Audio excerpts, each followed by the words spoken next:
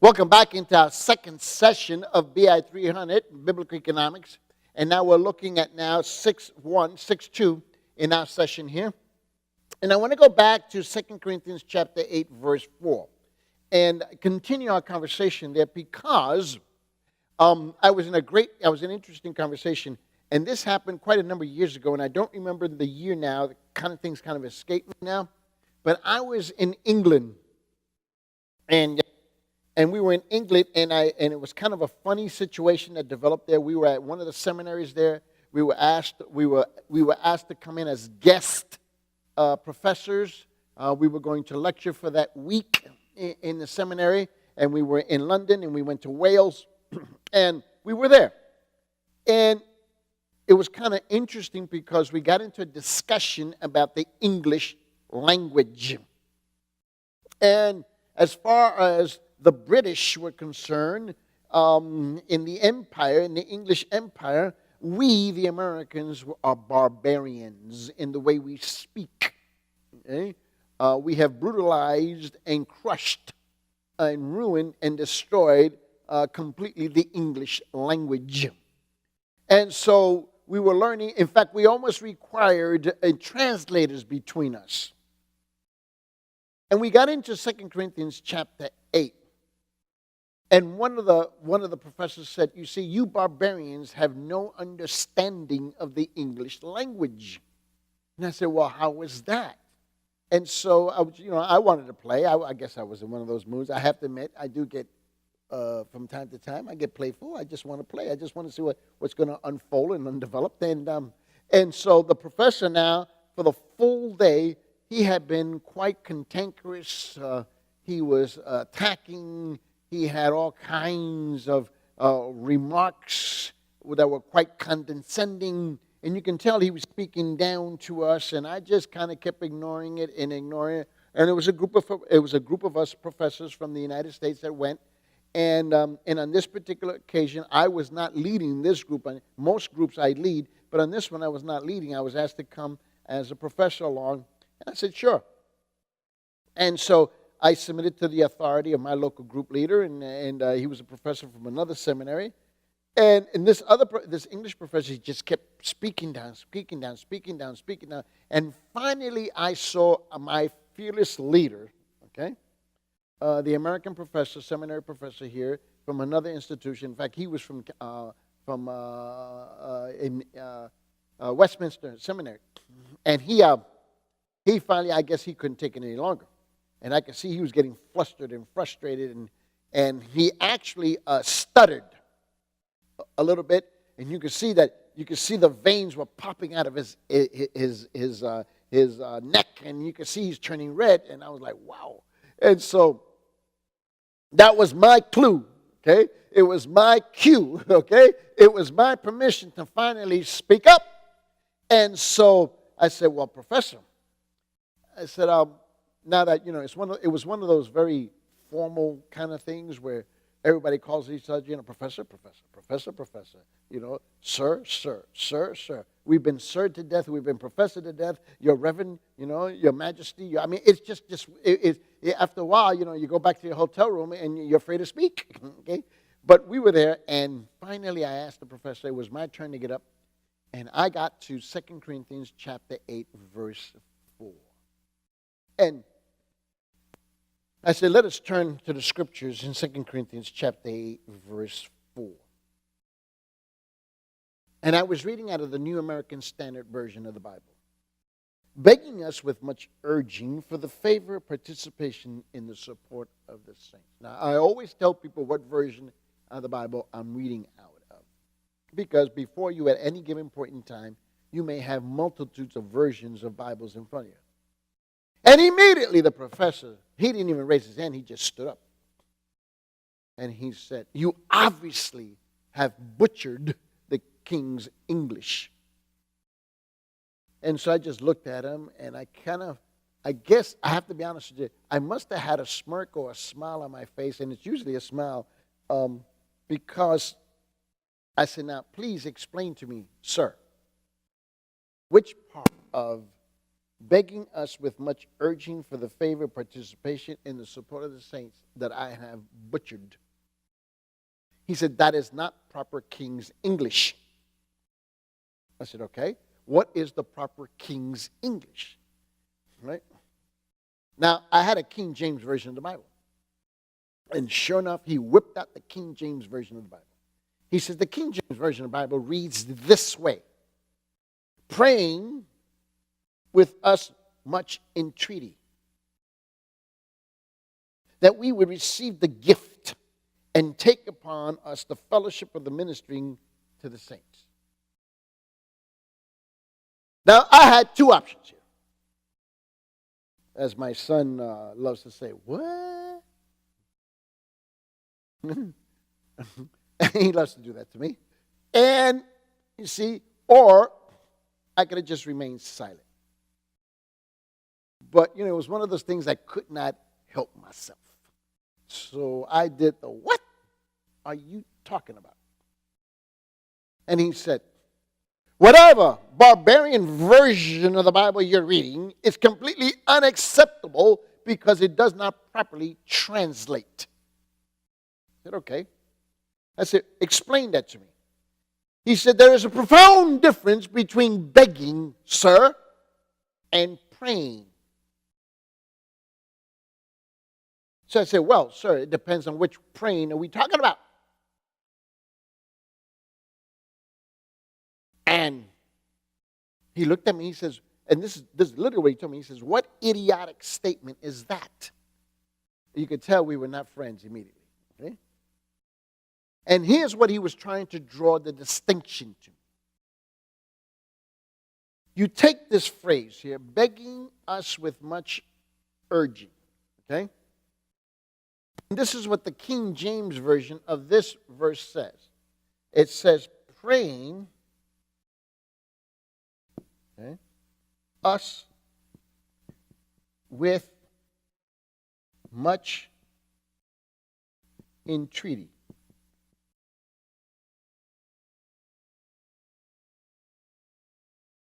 Praying us with much entreaty. Now, just think about that for a moment.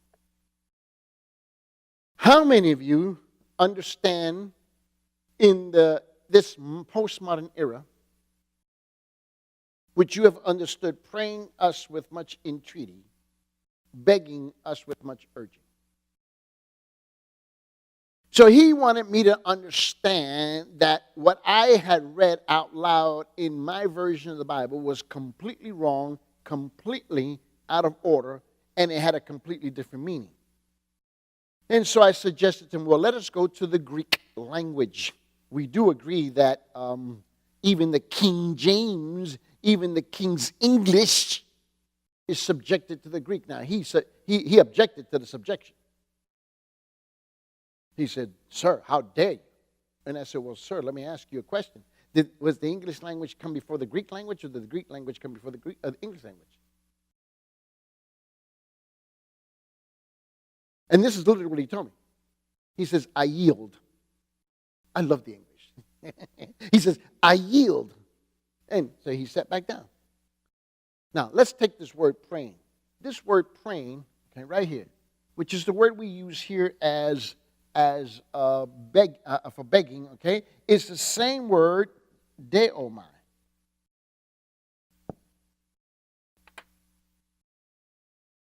I said, there's no difference. We're getting caught up in semantical language, semantical grammatical issues, okay, that in fact have no bearing on the text itself.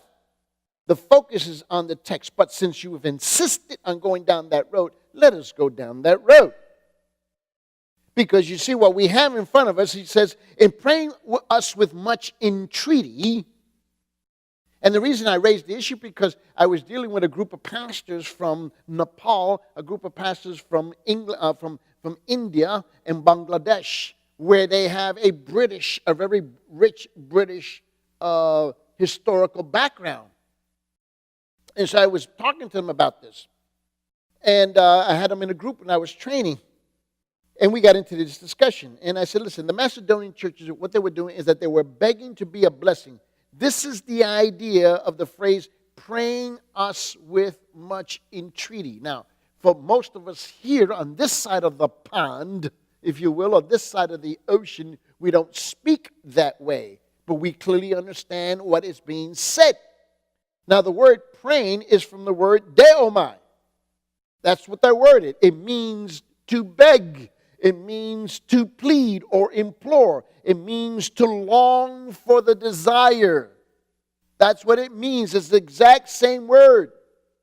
It's the exact same word. And I asked him, I said, Professor, isn't that true?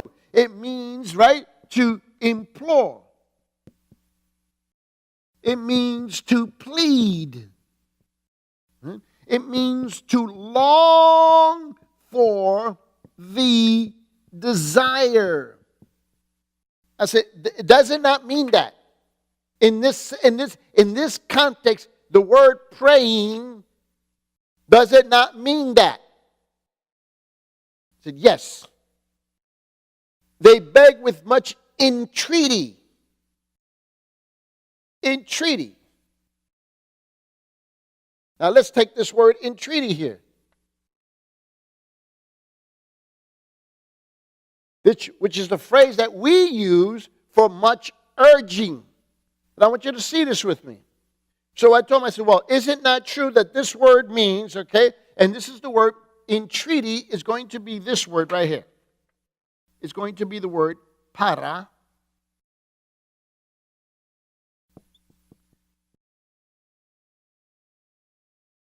Let me write this correct.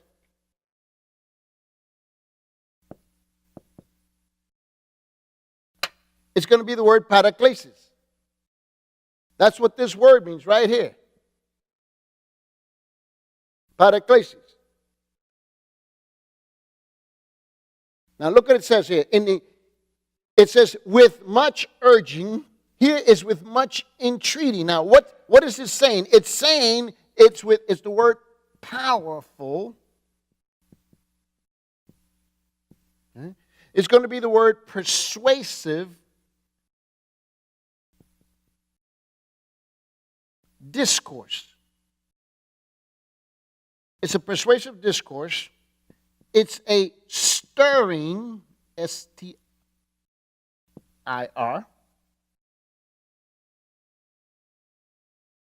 address. It's an admonition.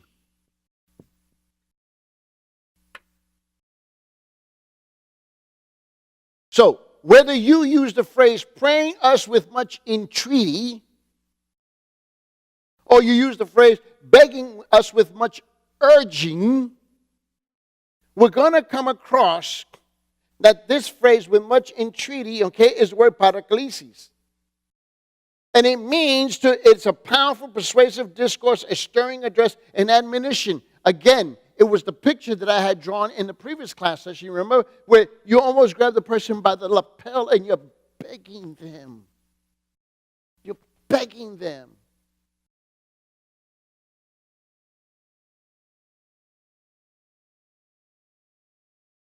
So we can clearly see.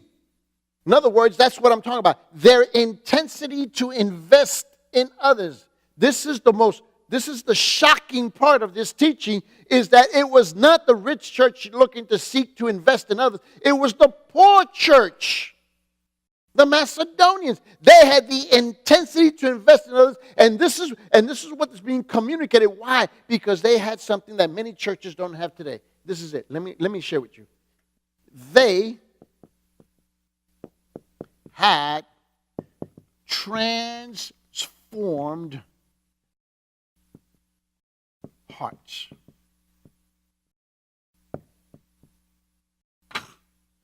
That's the biggest difference.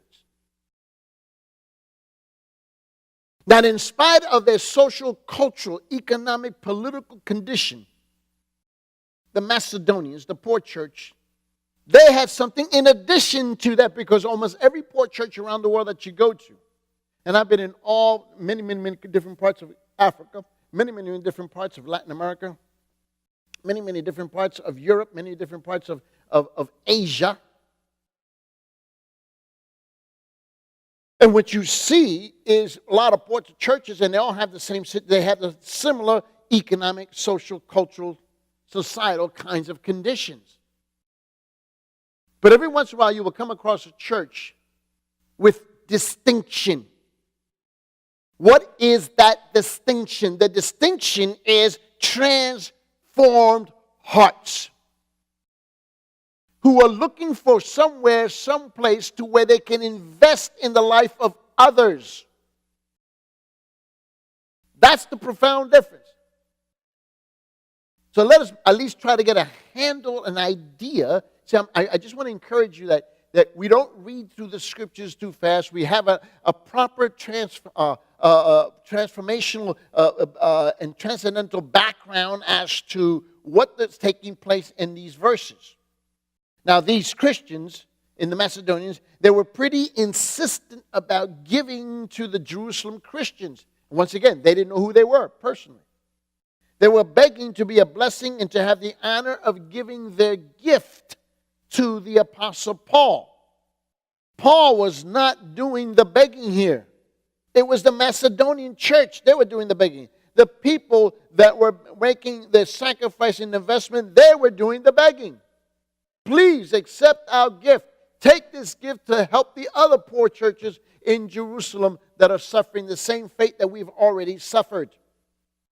They were a blessing to Paul and to others. Why? Because they had an intense desire to invest in the lives of others. That's why. They had transformed hearts. Such is the grace of giving. Such is the grace of giving. That's the part that we miss. It is not dictated by ability. That's not what we're talking about here. It's not dictated by ability. It has nothing to do with being well off financially. It is willing and views giving as a privilege. It is joyously enthusiastic.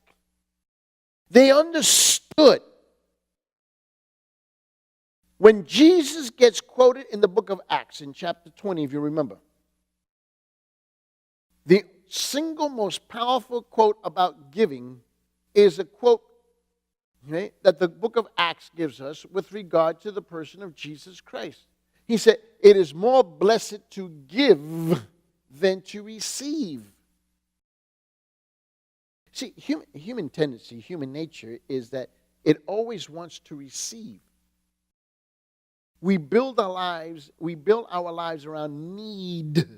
N-E-E-D, my need. The problem is that we never properly ever define what need means. It's highly subjective. The Macedonian Christians were giving so much that Paul felt it was just beyond their means. He was shocked at what they were doing. However, they insisted and took note the reason why they wanted to do this. They wanted to share in the fellowship of ministering to the saints. That's the point here. He says, begging us with much urging for the favor, and now here's the key right here, participation in the support of the saints.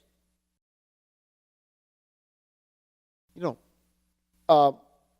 one of the problems that we face in my country is right now many of you are tuning in from around the world. My country is in the United States. And where I am at the moment. And the problem is that in our country, we have reduced the idea of fellowship, that concept of fellowship. You know what? We've reduced the concept of fellowship to food, where we sit down and break bread together. That we have reduced fellowship to that. That's what we've reduced it. Now, it includes that, of course, but we've reduced it almost exclusively to that. See, the Macedonians understood that it was more than that. The fellowship of the saints is more than breaking bread together at the table. It's meeting the needs of others. That's what he's talking about here. for the participation and the support of the saints. That's what he's talking about. In the King James Version, he says, praying us with much entreaty that we would receive the gift and take upon us the participation of ministering to the saints. See, the Macedonian Christians were giving so much that the Apostle Paul felt it was just beyond their means. He was stunned by this. However, they insisted and took note the reason why they wanted to do this. They wanted to share in the fellowship of ministering to the saints. Excuse me. Now, some fellow believers were in need, and they wanted the privilege of having fellowship with them by giving to them. Please note how giving is said to be a way of fellowship with others. Now, I want you to see this with me. Now, let's just stay with this idea. Okay? Now, I want you to look at this. Well, we're going to take this idea of participation, okay, which is the word that we use for many, and it's the idea of participation.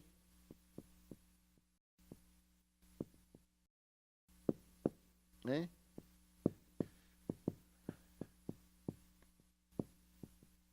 This idea of fellowship. Okay. The Christians had the proper concept of what participation or fellowship is all about. They understood this. It's amazing how in my country we've kind of lost that understanding and reduced it to a banquet, to a meal, sitting down to break bread together. We've kind of lost sight of that. Fellowship is much more than talking and having enough fun at an activity or at church.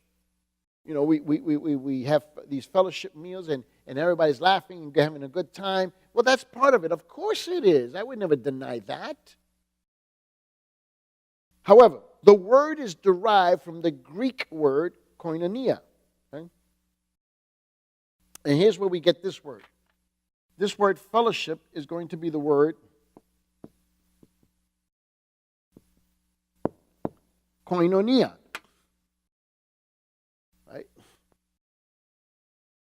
Now, the word koinonia, okay, it not only means fellowship, but here's the difference, and I think that this is where we've lost it. And it's a subtle, but that subtlety is with distinction. It's not without distinction, it's with distinction. So I want you to see this with me. So this word really means, it includes the idea of fellowship, but it includes it really means partnership. Okay? It's partnership and participation. That's the profound difference. We've now locked in together in whatever this endeavor happens to be. Now, these Christians were partners with Christians in Jerusalem. The ones that were in Macedonia, in the northern part of Greece, saw themselves as partners with the Christians that were in Jerusalem who were suffering. Okay? And they wanted to participate in their lives. How? By investing in them their sacrificial gifts. That's the profound difference.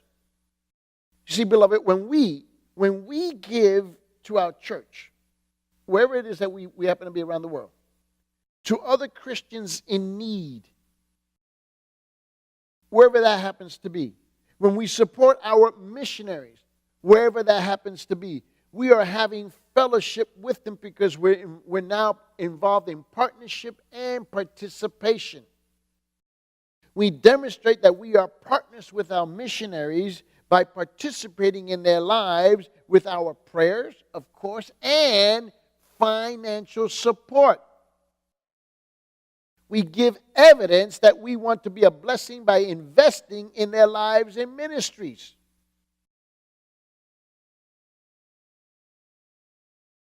Now, I want to share something in these few minutes that we have with you.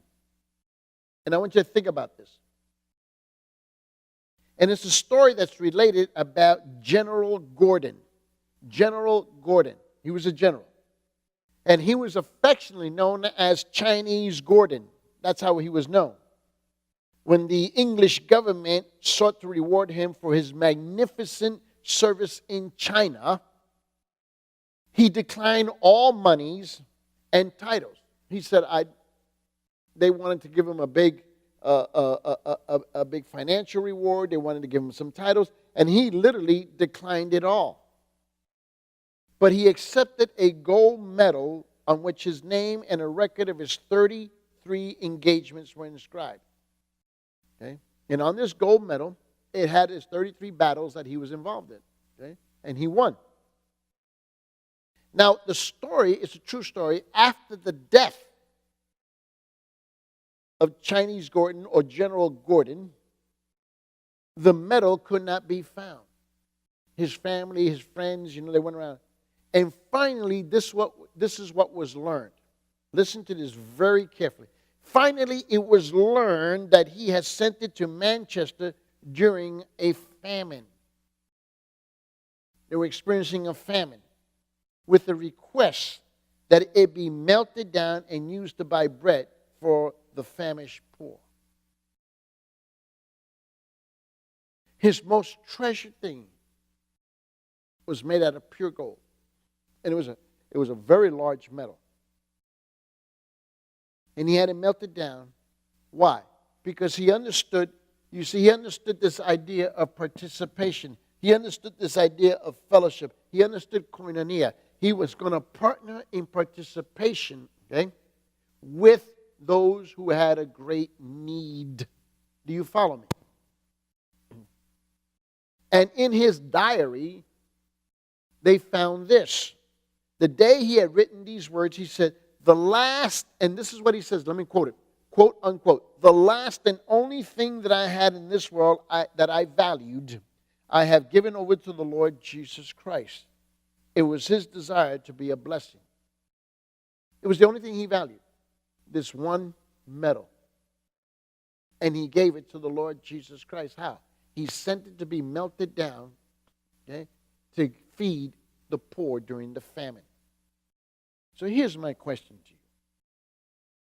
Are you begging to be a blessing in India? Are you begging to be a blessing in Pakistan? Are you begging to be a blessing in Africa? Are you begging to be a blessing in Europe? Are you begging to be a blessing in America? Are you begging to be a blessing, okay, in Asia? Are you begging to be a blessing, period, wherever you are? Do you have this intense desire to invest in the lives of others? Do you have that? Because it is a manifestation of a heart that has been transformed. This is a great way to be an encouragement to people, whether it's a struggling widow, an injured or sick father trying to care for his family. It's a missionary. It's a student in Bible college that is preparing for the ministry. Whatever the need is, are you begging to be a blessing? Are you trying to really are you in the state of deomai? A great way to be a blessing is to invest in the lives of others with your time, with your attention, or your financial support. Now, how is it that you can do this? How can you do this? How do you develop a begging to be a blessing attitude?